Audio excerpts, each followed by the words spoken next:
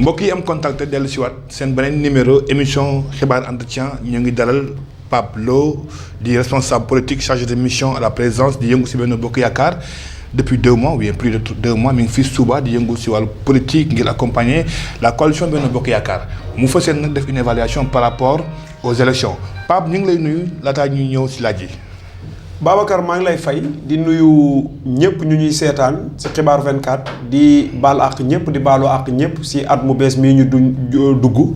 di sant tamit di gërëm population Touba ci accompagnement bi nga xam ne accompagné nañ ñu ko ci élection yi ñu génn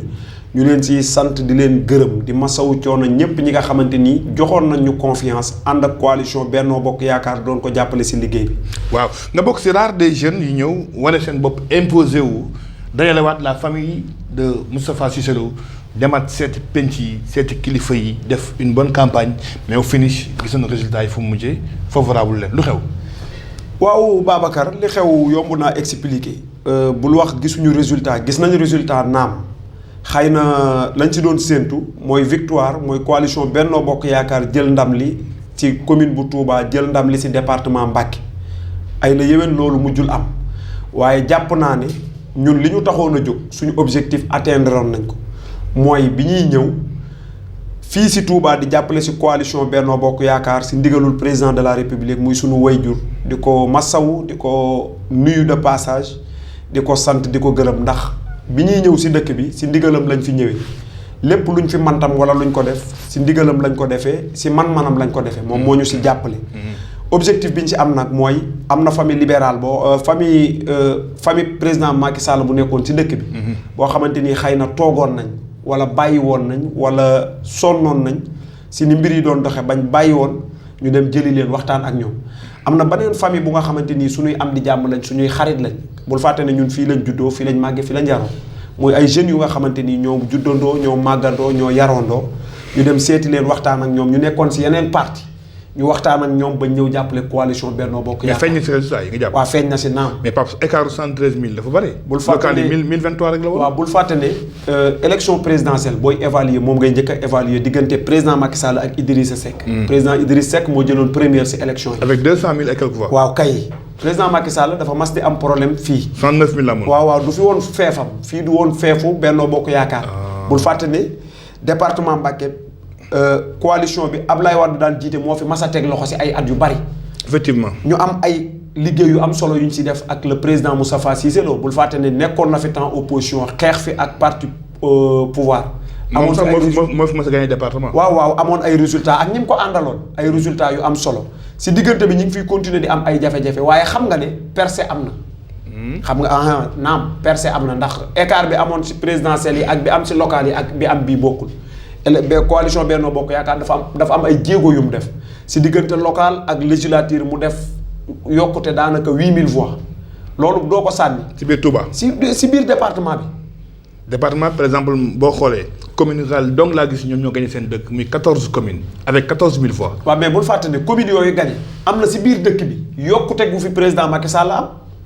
coalition Benno Bokk Yaakaar dafa yokk ci commune Touba. dafa am ko daawul woteel malgré résultat yi am continuer di ko voté. mais yow sa ñëw Galas Kaltom ñëw Cheikh Abdou Bal moom dafa boycotté woon ak mouvement de reconnaissance xaw ma ak alliés yi ak ñi ngeen décroché war ngeen am au moins lu mu bon 50 000 voix de plus. waaw mais xam nga élection yi ni mu demee Touba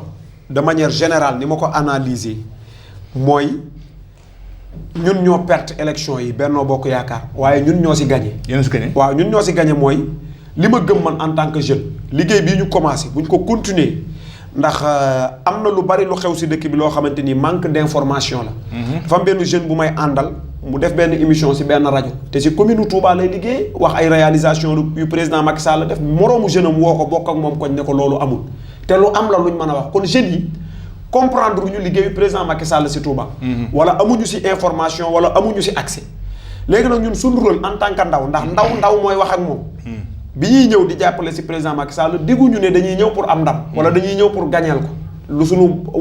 ay wayjur deful woon wala nangam ñëwuñu woon pour def ko mais l'essentiel dinañ ñëw muyee la mayo dem seeti ay jeunes comme ñun ñu nekkoon faneen ñu décroché leen indi leen ñu jàppale Benno Bokk Yaakaar dem seeti ay jigéen ñoo xamante ni bàyyi woon nañ wala nekkoon nañ faneen ñu indi leen loolu bokk na ci li indi yokkute gi am. te duñ ci teggi suñ tànk. mais jeune tuwaay mer noonu de parce que injustice bi am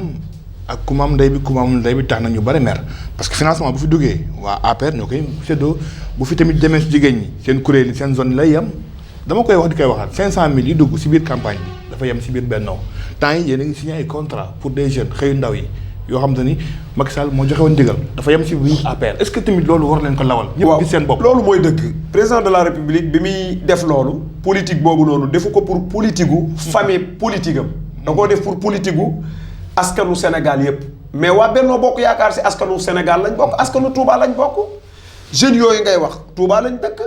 ay jeunes entrepreneur am na ñuy jàppale président Macky Sall ay jeunes entrepreneur la dañoo créer emploi man maa ngi nii président Macky Sall laay jàppale mais damaa créer sama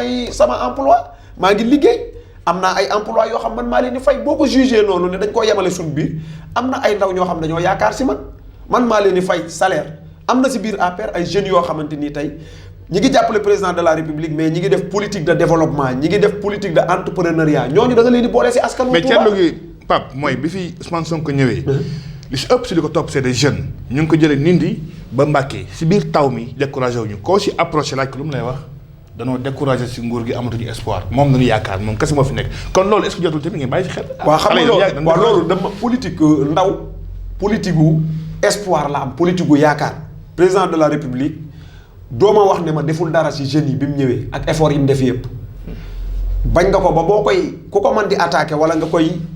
koy attaqué diabolisation nga man si moom mais ñeme woo wax ne président de la république deful dara si xëyu ndaw ñi deful dara si financement deful dara si infrastructure loolu lu avéré la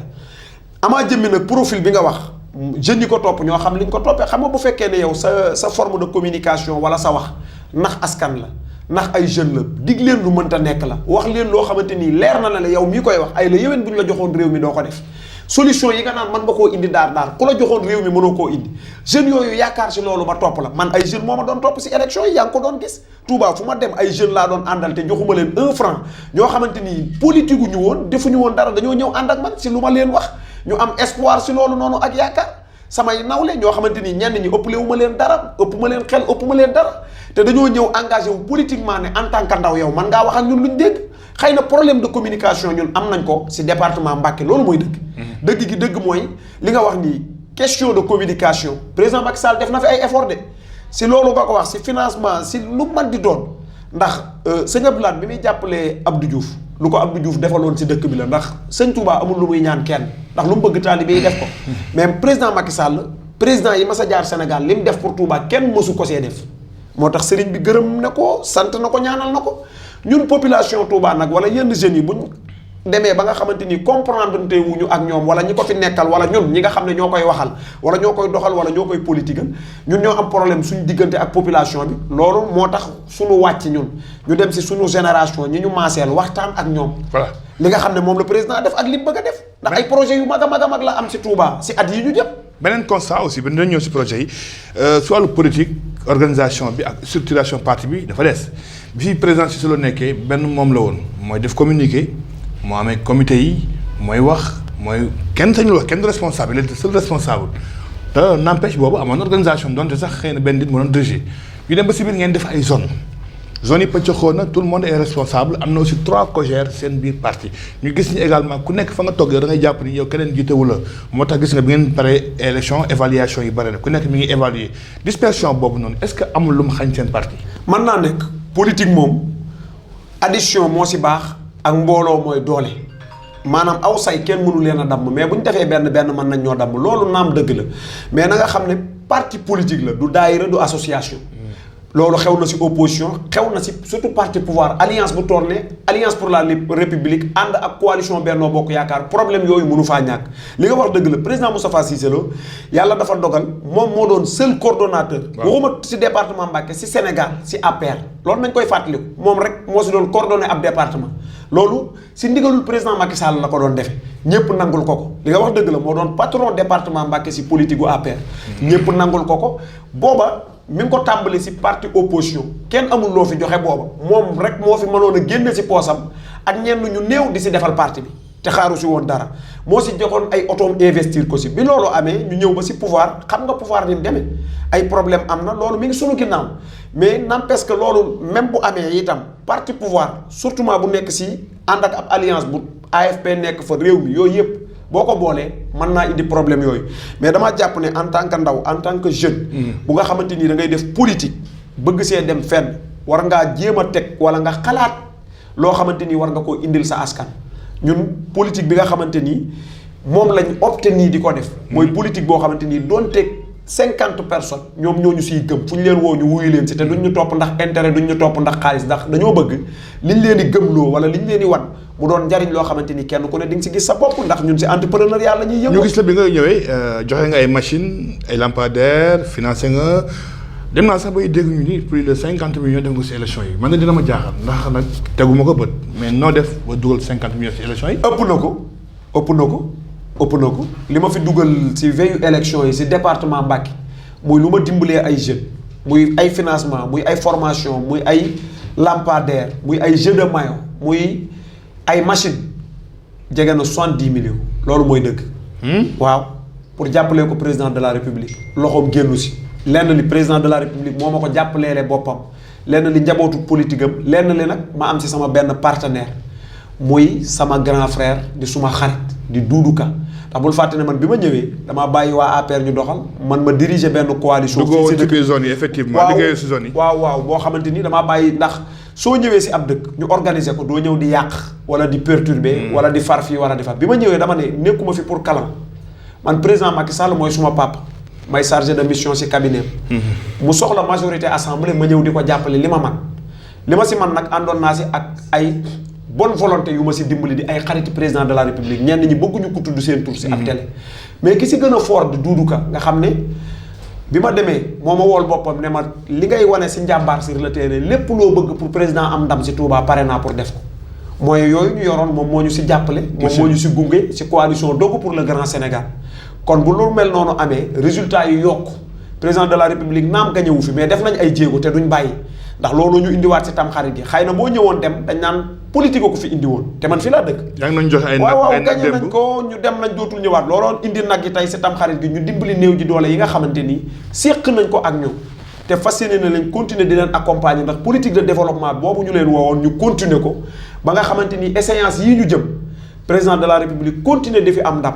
échéance yii ñu jëm sunu coalition continuer di am ndam loolu moo indi woon. voilà Pablo la mooy sa avenir politique da nga am mbëbët ci Touba ngir doon fi dara wala. waaw man bul fàtte ne opérateur économique la chargé de mission la si présidence de la république politique ku koy def ay ambition man samay ambition rombul nekk nit ku nga xamante ni nii ma commencé nii option bii ma jël nii si politique mooy président de la république laay accompagner ànd seeg samay xarit ak ay kilifa yu ko siy jàppale fi mu toll nii. lépp lu ñuy def ñu ngi koy def si ndigalul président de la république di ko def si compte président Macky Sall. am na ñu ne romandaat naan xëy na da nga bëgg ñëwaat nekkaat coordonnateur parti bi parce que da nga wane si biir élection yi loo xamante ni yoon woowu la jëm dajalewaat say xarit dajalewaat base yi lenn si base Moustapha Cissé Lo ànd ak ñoom ñu topp la durant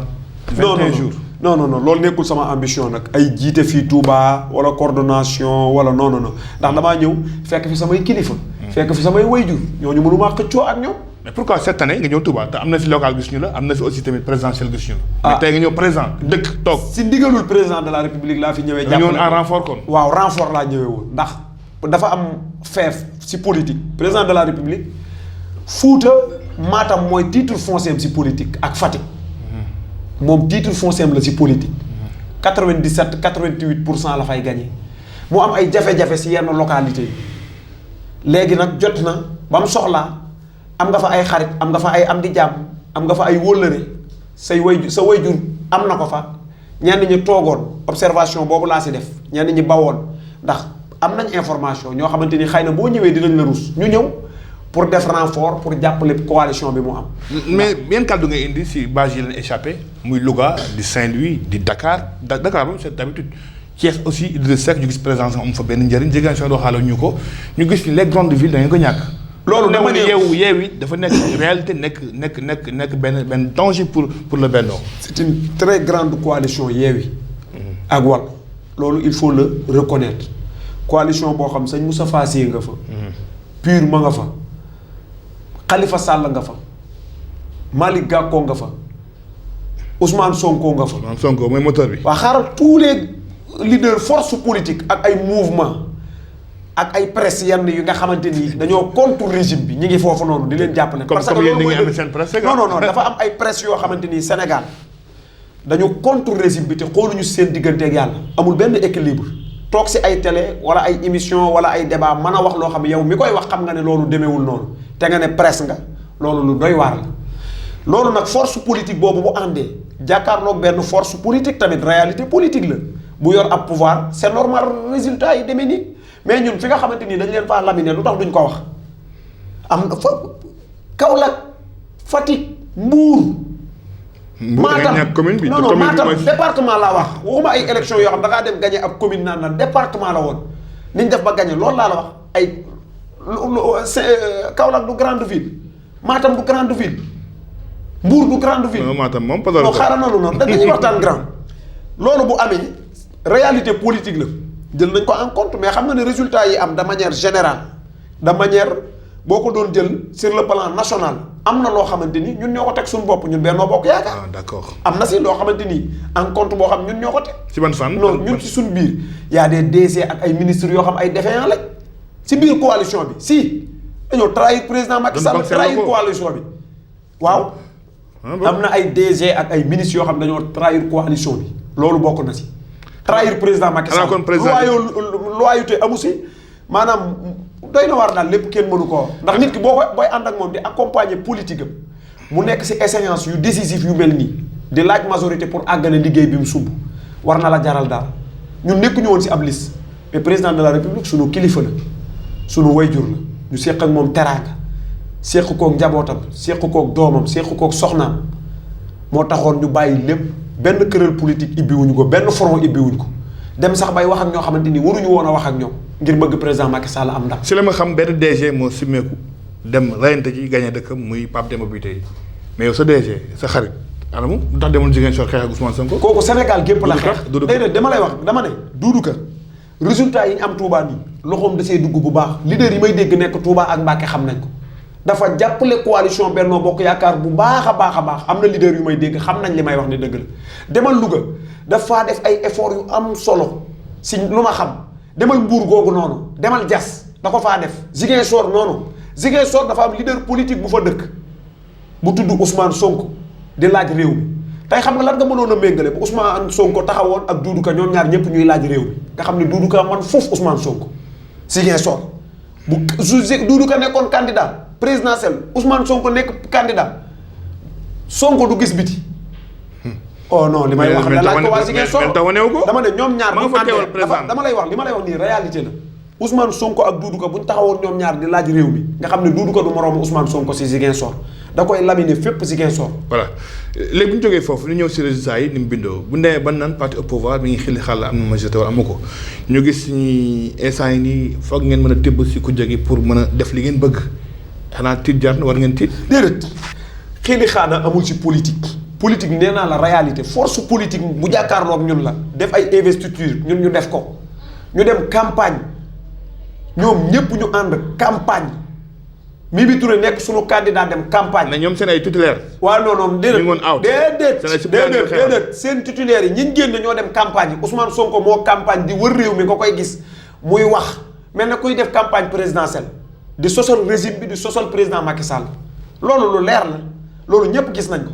kon damaa bëgg bul wax ay seen titulaire ak ñoom seen leader yi ñoo jóg dem battre campagne contre Macky Sall législature ay député lañ doon tànn wala président Sénégal loolu laay laaj ñi def si la sii ñemewuñ leen a génne dañ leen a nëbb ñoom ñëw taxaw loolu il faut ñu wax ko li xew si élection yi dafa bari. mais ngeen dërmeelu Louga lu ñu yàggul de gis Saint-Louis lu ñu mësul gis loolu tamit dafa laaj question. waaw déggoo ma ne la défaillance mën naa am si suñ biir yooyu xew Louga te daawu fa xew. mën naa am défaillance si suñ biir. mën na koo indi li xew Saint-Louis te daaw fa xew mën naa am défaillance ci suñ biir loola waaye mën a wax xam nga ne Saint-Louis bu dee jaaroon nga fa juróom-benni at avant Mansour Faye di si jot ak bi mu si jotee xam nga ne am na changement booy tànn député kay xanaa député bu la mënal dara ngay tànn bu la mën a indil dara ay la yewet Moustapha Diop boo demee Louga Saint-Louis ñëpp problème Sénégal. waaw non bul ma wax ay problème boo xoolee brèche ba bël ba seen doom ñuy gaañu seen effort yi si état bu Sénégal def ba léegi da koo toj état bu Sénégal effort yi mu si def xala mooy ni ma la wax comme boo jëlee exemple comme Touba par exemple xam nga yow li président Macky Sall def si état bu Touba ànd ko ak commune bu Touba des fois sax nga dégg nit ku ñëw di toog di wax di agresser maire bu Touba wala di leen agressé est-ce que xam nañ effort yi maire bu Touba ànd ak état bu Sénégal def ko. te lii wër dëkk bi pakaseen bi. xam nga nit bu fekkee dafa dëkk si am réew wala mu dëkk si dëkk ba am fa ay sët mosoo ko dégg si dara ay caaxaan buñ xamoon effort yi maire bu Touba Abdou Lahad Ka ak équipe bi mu àndal def pour Touba ñun ñu nekk si kaw nekk ak état da nga naan déedéet buñ xamoon combat yi muy mëne pour liggéeyu Touba bi agsi fii kon da nga naan déedéet si côté boobu Touba dëkk la boo xam dafa yaatu ay commerce a fi am amul industrie amul laneen yow yaa ma gën a xam ne est-ce que commerçant yi ñi ngi fay dëkk yëpp si rejet la ñuy jëlee Barthélémy Dias ma nga sa parking ya ma nga sa nàngam mais dëkk bu mel ne Touba dëkku maslaa la sëriñ bee koy jël di ko dénkaane jël ki nga xamante ni yàgg na si dëkk bi nekk fi ba am fi ay sët mu tànn ko si biir daal ne moom laa dénk dëkk bi mais dafa am ay effort yeneen yu mu def yoo xamante nii am na ñu bari tey boo déggee duñ sax xàmmee maanaam lu état war a def ak lu mairie war a def compétence waaw ba pare da nga leen di dégg ñuy teel wax état moom mairie bu Touba bu fekkoon ñi dëkk si Touba di def commerce normal yor fi ay yenn affaires yi li ñu waroon a dugal si comme ñu ngi koy dugal si mairie bu Touba heure bii waxatuñ mairie bu Touba budget bi pas 5 milliards déedéet waxatuñ ko yow xam nga ne Touba dëkk bu maslaa la mais ñun ñi nga xam lim séq ak état si pakaseen bi jaar ko fi xeex pour Touba am ko nii président Macky Sall def ko buñ ko doon wax fii duñ fi jógee. très bien léegi Pape ñu ñëw si assemblée bi nu war a teg nu mu war a tëddee parce que juñ leen fi ay loi ñaari tur yi ñu ni kat kenn dong moo ko si ñëwoon muy Benno Bokk Yaakaar ak Aar Sénégal tey Yewwi bu amee majorité wala boog bu amee ay pexe ba mën leen jekku da koy criminaliser te ñoom loolu lañ mës a bëgg. su boobaa yéen li ngeen bañoon def ñoom loolu def nañ ko te dina am ñu soulagé aussi population bi ñuy xeex loolu benn ñaar également loi yi nga xamante ne arrangé wu leen ñoom mën nañu am possibilité aussi jàllale ko loolu dañuy wax ni dañu wañ seen loxo amatu leen maanaam lépp mu appareil bi ngeen mën doxale est-ce que yooyu du indi répercussion si 2024 yàggatul 18 mois te sax nee noon ñoom du ngeen bokk parce que amul luy tax ngeen di bokk kon fi ñu toll li ma bëgg wax foofu mooy mouvance présidentielle bi danoo nekk si jafe-jafe guddi gi bët setagul lan mooy seen solution lan mooy seen i pexe lu ngeen fa seen def ba noqeeku si naq bi. xam nga ñun am nañ majorité ba pare. mais démb rek maa ngi woo sa benn confrère bu nekk si benn télé de la place. ne ko rajo yi nga takkoon yaag ñenn si opposition bi di agresser pouvoir bi damaa bëgg nga takkaat ko. woo sa député yee ne leen nañ indi projet de loi bi lu simple la fi mu ne wax nga ko wax naa ko Sénégalais yépp ñu ngi leen doon xaar si sos yi ñu doon sosal président Macky Sall. daa bëgg a daganal góor jigéen ñoom fi mu ne am nañ doole mën a ñëw ndax buñ indee projet de loi bi bu amee ñaari député pouvoir rek yu ñëw fekk si leen loi bi dina jàll ñu passé loolu ku nekk jàll si maa ngi xaar parce que démocratie yu mag yépp assemblée yu fort yu mel nii lañ war a am man loolu laa gëm comme France waaw man dama gëm ne démocratie fii la war a toll assemblée bu fort député opposition yu fort yu am taxawaay yu dëgër pourquoi pas ñetti groupe ñoom seen biir ndax wàllu dana am groupe kee am groupe seen wàllu Yewwi googu yaakaar naa dina xaraat si biir ñu amaat yeneen groupe seen biir ndax bokkuñu ay idéologie bokkuñu ay gëm-gëm loolu mooy politique bu jaar yoon. pour man démb maa ngi waxtaan ak sama benn xarit ma ne ko jàpp naa ne li xew nii njariñu Sénégal mën na see dem. Sénégal mën na see avancer parce que ministres yi am nañ droit fi mu ne ibbi seen téléphone yi wax ak man toog naa akub député mu ne ñetti fan a ngi nii maa ngi woo ab ministre de la République jëlul sama téléphone si ab député. loolu ñeme woo koo def France ñeme woo koo def Hollande ñeme woo koo def Bruxelles léegi nag pour contrôler l'action du gouvernement. jot na député yi teg pression directeurs yi ak ministres yi man kat si sa programme la nga diggee woon pour sama dëkk na ñëw léegi nii wala ma takkal la ay pot loolu njariñul dëkk bi la. député yi nga xam ne fal nañ leen faluñu leen pour ñu dem assemblée di ñëw di xastante seen biir ak a xeex. dañ leen a xas fal pour au moins. comme député yi gars yi falaat nga xam ne lampadaire sax indiwuñ ko si dëkk bi bañ faloo ba tey dem di saaga assemblée ak di agresser nit ñi xaaruñu si boobu assemblée ñoom ñi nga xam ne ñoom la yàlla dogal askan wee leen tànn loolu dañ koy nangu ndax nit ki tam da nga koy nangul lim def buñ demee au moins buñ leen di évaluer fii ak at fii ak ñaari at ñu ne suñu député yi kat jóge woon si département Mbacké dem fexe nañ négocier nañoo gouvernement wala waxtaan wala def nañ ba indil dara Touba wala nangam te li ba waroon a àgg ndox may taafee nangam ak sàngam loolu la ñuy xaar si ñoom. assemblée bu fort bu mel ni man en tant que kuy jàppale président de la République gisuma si lenn loo xamante ni lu garaaw la wala lu. yéen daa mel na ni temps yi li ngeen théoriser mooy retrouvailles de la grande famille libérale da ngeen jàpp ni yéen libéraux da ngeen war a tasewaat. mais loolu moo war a am te am na ba pare.